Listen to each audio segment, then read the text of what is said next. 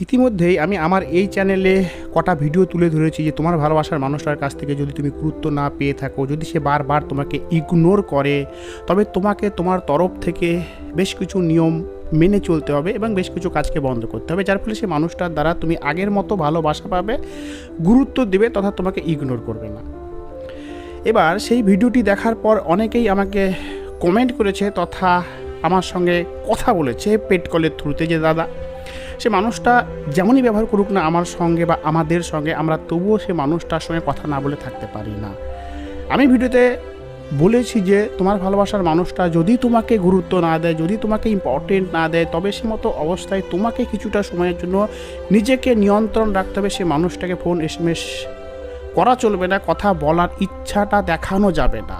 তারা এই ভিডিওটি দেখার পর তথা আমার এই বলা কথাগুলোকে নোট করে আমাকে বলেছে, দাদা আমরা তো তার সঙ্গে কথা না বলে থাকতেই পারি না, তার সঙ্গে ফোনে একদণ্ড কথা না বললে যেন আমাদের নিঃশ্বাস বন্ধ হয়ে আসে। তারা যেমনই ব্যবহার করুক না কেন আমরা নিজেদেরকে নিয়ন্ত্রণে রাখতে পারি না। তবে আপনার ভিডিওতে বলা পরামর্শগুলো জানি কাজের, কিন্তু আমরা তো নিজেদেরকে নিয়ন্ত্রণই রাখতে পারছি না। তারা যে ব্যবহারগুলোই করুক না আমাদের সঙ্গে, আমরা আমাদেরকে কখনো কন্ট্রোলে রাখতে না পেরে সে মানুষগুলোর সঙ্গে একদণ্ড কথা বলার জন্য ফোন করে বসি। জানি যে আমাদের এই ফোন করাটা ভুল, কিন্তু আমরা পারছি না দাদা, তাদের সঙ্গে কথা না বলে থাকতে পারছি না, তাদেরকে না দেখে থাকতে পারছি না, SMS না করলে অস্থিরতায় ভুগছি। তো কী এমন করবো দাদা? তো তাদের এই সমস্ত কথাগুলো শোনার পর আমি বুঝতে পারলাম যে কোনো বিষয়ে অ্যাডভাইস দেওয়া এবং সেই অ্যাডভাইসকে পালন করার মধ্যে কিন্তু আকাশ পাতাল পার্থক্য রয়েছে। বাট কথা হচ্ছে, যদি তোমরা আমার বলা কথাগুলোকে পালন করতে না পারো তবে রেজাল্ট তো পাবে না।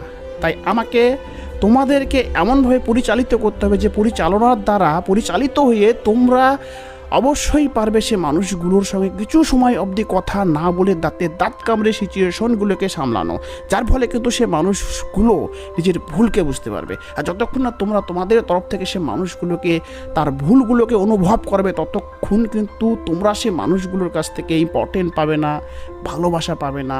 সে মানুষগুলোর দ্বারা বরাবরই তোমরা ইগনোরই হতে থাকবে। ভিডিওটিকে মনোযোগ সহকারে দেখবে, বাট জোর না, রিকোয়েস্টও না। কেন না? ভিডিও ভালো না লাগলে কেন দেখবে?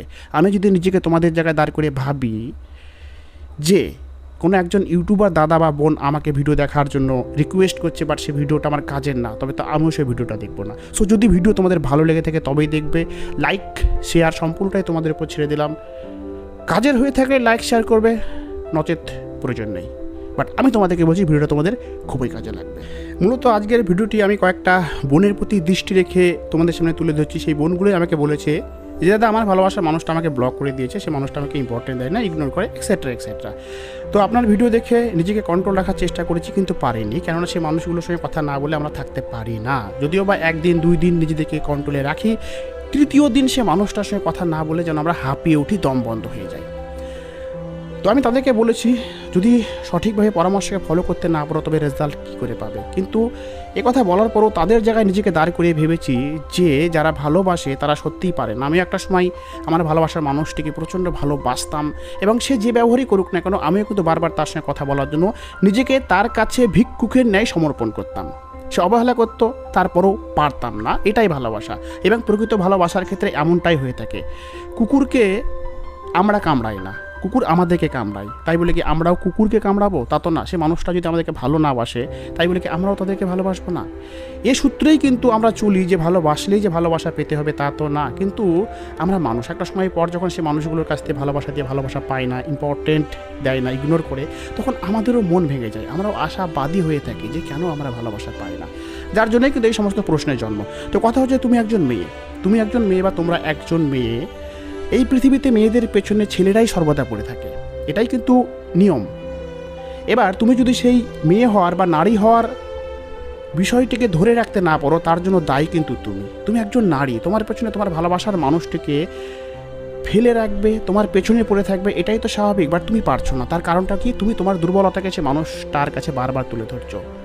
কি মনে করো তুমি যে শুধু কি তুমি সে মানুষটাকে ভালোবাসো? যেখানে গোটা পৃথিবীর ছেলে, গোটা পৃথিবীর পুরুষ জাতি মেয়েদের পেছনে পড়ে থাকে, সেখানে তুমি একজন মেয়ে হয়ে তার পেছনে পড়ে আছো, তাও আবার ভিক্ষুকের ন্যায়।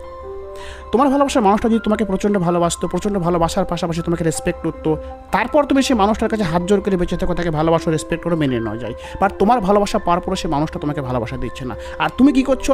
তুমি একজন মেয়ে হওয়াকালীন পুরো মেয়ে জাতিকে ছোট করে তার কাছে হাত জোর করে বেঁচে আছো, তার কাছে ভালোবাসা পাওয়ার জন্য ভিক্ষা চাইছো, গুরুত্ব পাওয়ার জন্য তাকে রিকোয়েস্ট করছো, তার সঙ্গে কথা না বলে থাকতে পারছো না। কেন পারছো না? সে মানুষটা যদি তোমার সে কথা না বলে থাকতে পারে, তবে তুমি কেন পাচ্ছ না? তুমি কি জানো, তোমার এই ব্যবহারের ফলে শুধু তুমি নিজেকে ছোটো করছো না, পুরো নারী জাতিকে ছোটো করছো।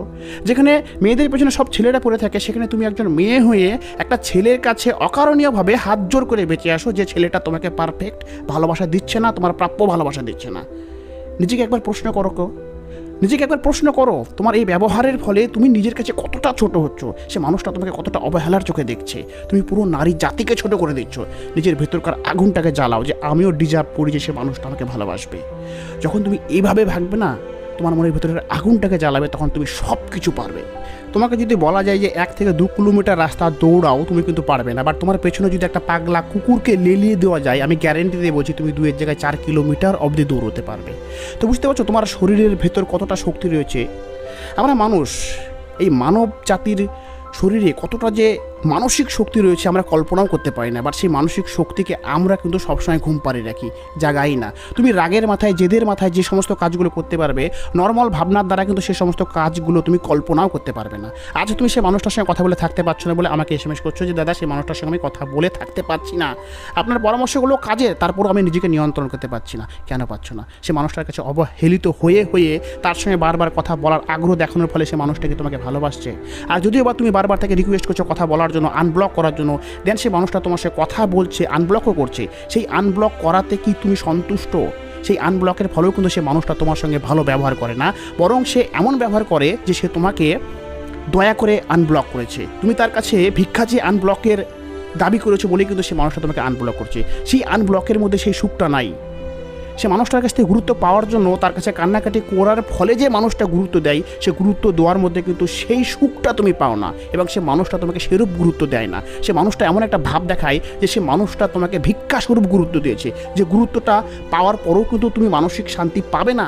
যখন না সামনেকার মানুষটার দ্বারা নিজে থেকে তোমাকে গুরুত্ব দেবে, যখন না সে মানুষটা তোমাকে ভালোবেসে আনব্লক করবে, ততক্ষণ সে মানুষটার কাছ থেকে পাওয়া ভালোবাসাও তোমার মনকে শান্তি দেবে না।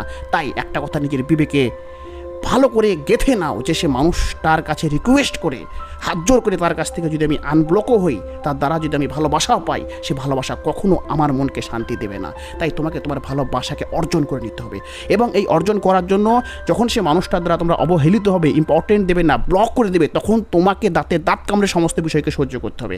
আর তুমি যদি নর্মাল ভাবনার দ্বারা সেই বিষয়গুলোকে হ্যান্ডেল করার জন্য চুপচাপ থাকার চেষ্টা করো, পারবে না। তোমার মনের ভিতরকার আগুনটাকে জ্বালাতে হবে। তোমাকে ভাবতে হবে আমি একটা মেয়ে, এবং আমি ডিজার্ভ করি সে মানুষটিকে বা তোমার ভালোবাসার মানুষটিকেও আমার কাছে নত করিয়েই দেখাবো। বারবার যদি তুমি নত হয়ে যাও, তবে তো সে মানুষটা পার পেয়ে যাবে। আর এই কারণেই তুমি বারবার তার কাছে নত হচ্ছ, কেননা তুমি সে মানুষটার কথা দিনে রাতে সারাক্ষণ ভাবছো, এবং তাকে এমন ভালোবাসি, সেই ভালোবাসাকে দুর্বলতর করে ভাবছো। কখনো দুর্বলতর করে ভাবলে তুমি কখনো সফলতা পাবে না। তার জন্য তোমার মনের ভিতরকার আগুনটাকে জ্বালাতে হবে। যখন তুমি তোমার মনের ভিতরকার আগুনটাকে জ্বালাবে যে না, সে মানুষটার কাছে আমি আর নত হব না, আমি তো বারবার তাকে ভালোবেসেছি, আজ সে মানুষটাকে আমার কাছে নত করিয়ে দেখাবো, কেননা আমি ডিজার্ভ করি সে মানুষটা আমার কাছে ভালোবাসা পাওয়ার জন্য একটা সময় মাথা নত করতে বাধ্য হবে। যখন এইরূপ ভেবে তুমি তোমার মনের ভেতরকার আগুনটাকে জ্বালাবে, আমি তোমাকে গ্যারেন্টি দিচ্ছি তুমি সব পারবে। মেয়েরা সব পারে। তাই তুমি একজন মেয়ে, তুমি একজন নারী, নারী জাতিকে ছোট করো না, ভেতরকার আগুনটাকে জ্বালাও, জেদটাকে জ্বালাও। আমি গ্যারেন্টি দিচ্ছি সে তোমাকে ইম্পর্টেন্ট দিতে বাধ্য হবে।